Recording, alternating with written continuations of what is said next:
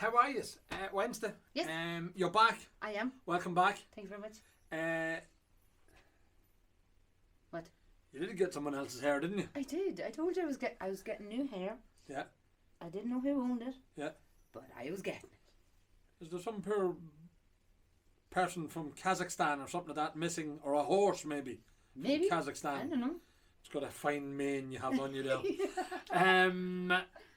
It is International Women's Day. Everybody's posting things about it. I put up a post earlier on about how you have been the backbone of this and me. Mm-hmm. In truth, you're probably really the boss. Yes. Behind the scenes, like a puppet master pulling the strings. That's me. Yes, that's exactly Although it. somebody did put on social media, I don't know who it was, that Women International Day has been cancelled, has been postponed until tomorrow because we weren't ready. There could be an element of truth in that. Yeah, we're getting our hair done and the makeup done and everything. Glad it wasn't today you were getting your hair done. I know. Scotch. We have a MAHOOSIVE contingent of Scotch. We've about 250 bottles of Scotch in this lot, in this auction alone.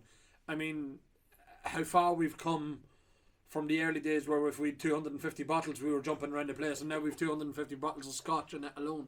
It is a massive one. It's been growing and growing and growing and growing for us, and the bottles just seem to be getting better and better and better.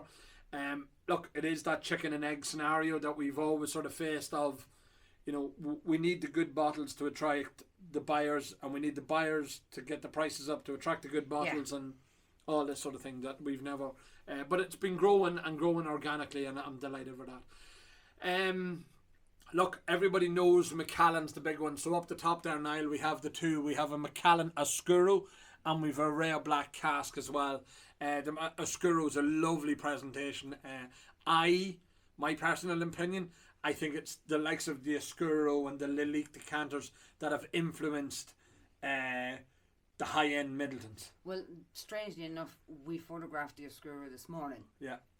Me and Bex.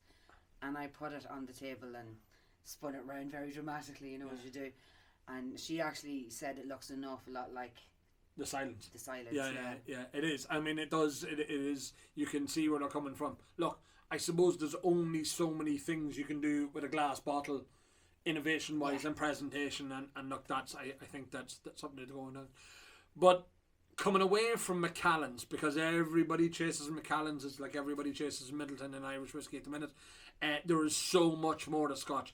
They have got such a head start on us. The bottles, they've now got, you'll see up the top here, we've got the Ghosts and Rare collection from Johnny Walker Blue Label. And the Ghosts and Rare is closed distilleries, closed mothball distilleries. We haven't got there yet on Irish whiskey. I mean, we haven't the modern tranche. I mean, we haven't got it, and we haven't got access to the old legacy bottles of it. So there's a Ghost and Rare from Port Allen. It is a fantastic one. We've had that a couple of times. I don't think it's ever really shone because probably we didn't have the platform. There's a Glenury Royal there as well.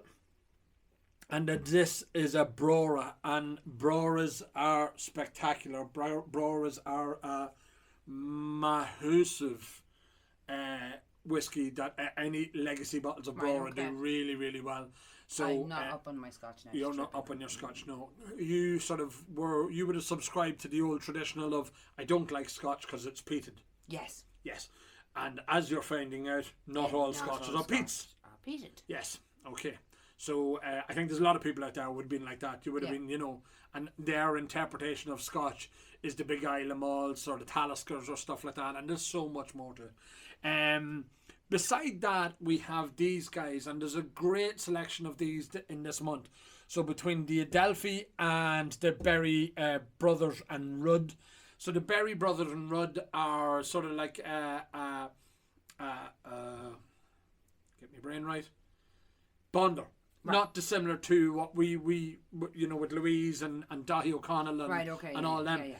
But again, the great thing about the guys in Scotland is they've got such a choice of distilleries that would have been buying the casks from. I mean, I was looking at some of them earlier on. I mean, particularly the Adelphi ones.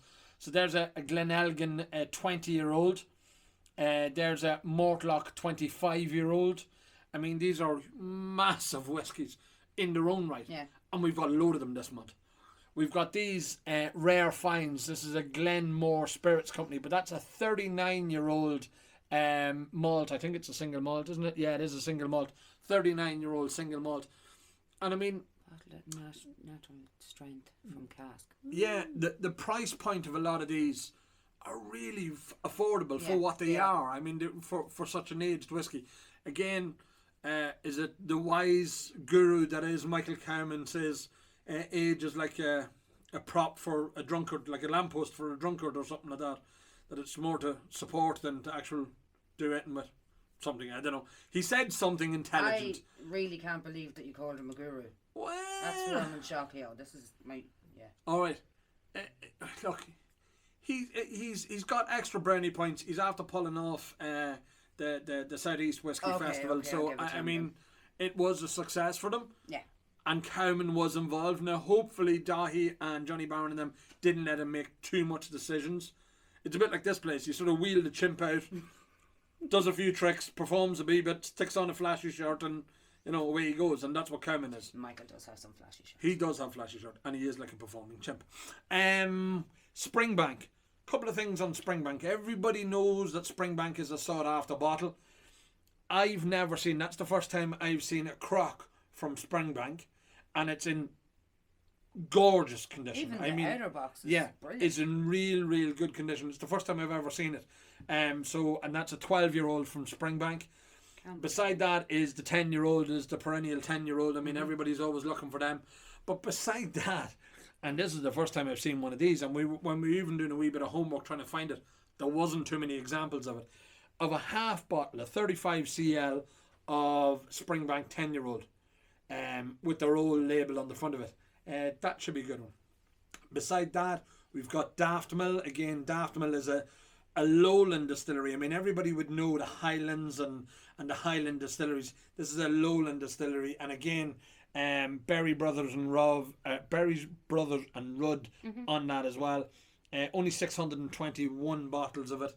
And from 2006. And that one, I think one of them had a massive ABV. This one, 57.4% ABV. That'd be another good one. But look at the colour of it, Kit. I know, I was just looking at that. Look at the colour of it. I mean, it's like wine. It's that dark. I mean, it really is unbelievable. That's the colour that I like my tea. That is the colour you like your tea. A teaspoon stands up in it. Yep. First fill sherry butt. Is one of only 2 sherry casks filled at Daft Mill in 2006. There you go. Beside that is the 2008 again from Daft Mill, and beside that Lagavulin.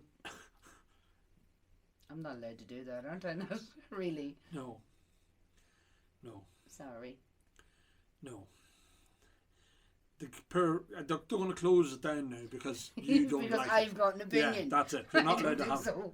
it. You're right. You are allowed to have an opinion. Beside that, Port Charlottes. These aged Port Charlottes have been doing really well. That is the 2010 from Port Charlotte. I know a lot of the guys who are big peat fans love the Port Charlottes because they're a cracking whiskey. Beside that, Port Ellen. So this is the 8th release of a 29-year-old. 55.3% vol. That is a whopper. As collectors, they go mad for them. As drinkers, they go mad for them.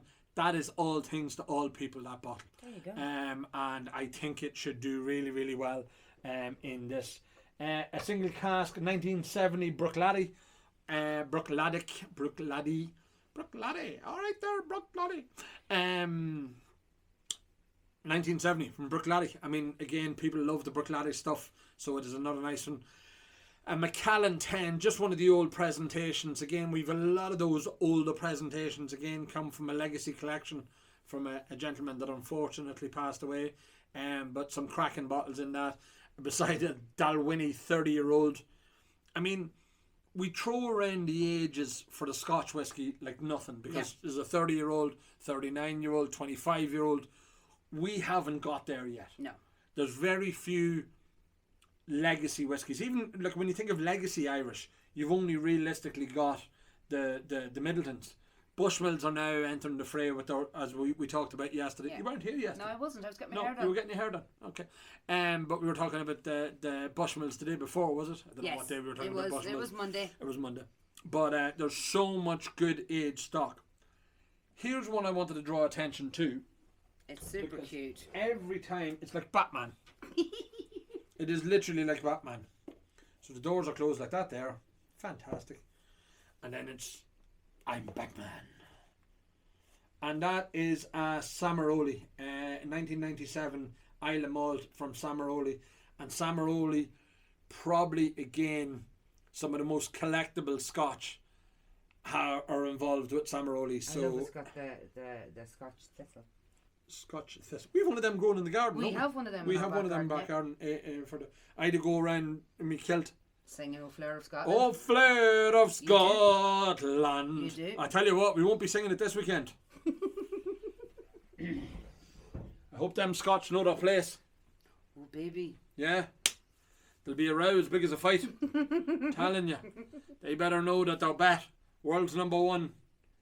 We're going to show them. And if they bloody throw a spanner in the works of us winning the Grand Slam, me and Scotch are finished. All they have to do is start playing that traditional bagpipey Scottish music. Oh, it riles them up. And you're behind them 100%. Well, there's that of it as well. But I mean, look, I'm not going to do it with the Irish. The Irish rugby team are going to win this. But I mean, see if them Scotch win this thing, I'm not going to sell any more Scotch. You liar. Okay, I will. But look, I'll be rather upset.